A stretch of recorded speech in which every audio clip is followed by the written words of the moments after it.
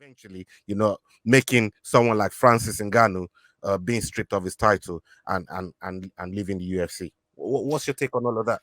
I guess I'm always happy to see fighters get what they want, and Francis is in a rare position that a lot of fighters aren't in. That he was the heavyweight champ of the world, and he's got the kind of leverage that other people don't have. There were options out there for him, whether it's boxing or whether it's another company like Bellator or ONE FC that are going to pay him a lot of money for some potentially slightly easier fights, but where you can go on a run and make a lot of money.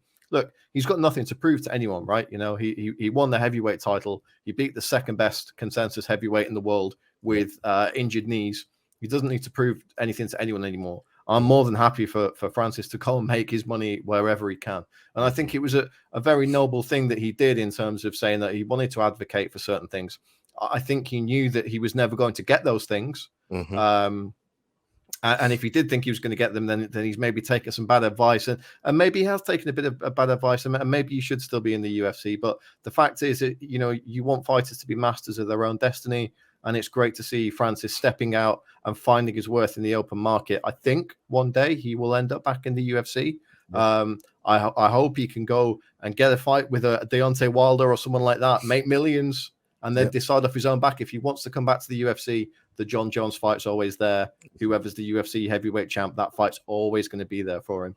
I'm happy for him testing the market. I think the wider fighter pay conversation, it's not something that we're going to solve here today. This is something that's going to go on for a long time. I think we have to remember that MMA is still a very young sport. UFC 30 years old this year. It's not particularly old in the grand scheme of things. I think the next 10 years the sport will look very different again, just as it did 10 years ago. The landscape of how the product is provided to fans is changing. It's not so pay-per-view centric anymore. It's all about rights deals, and I think maybe 10 years down the line the UFC will probably be owned by Disney or Amazon, and it's going to be a completely different financial model again. Now, ultimately, what we hope is that leads to fighters getting paid more, and that share of the revenue increases for fighters, especially the guys at the lower end. Ladies and gentlemen, I'm Brad Wharton from Cage Warriors. You're watching the Fight Week Show. Like, share, and subscribe for all that good stuff. You do not want to miss this.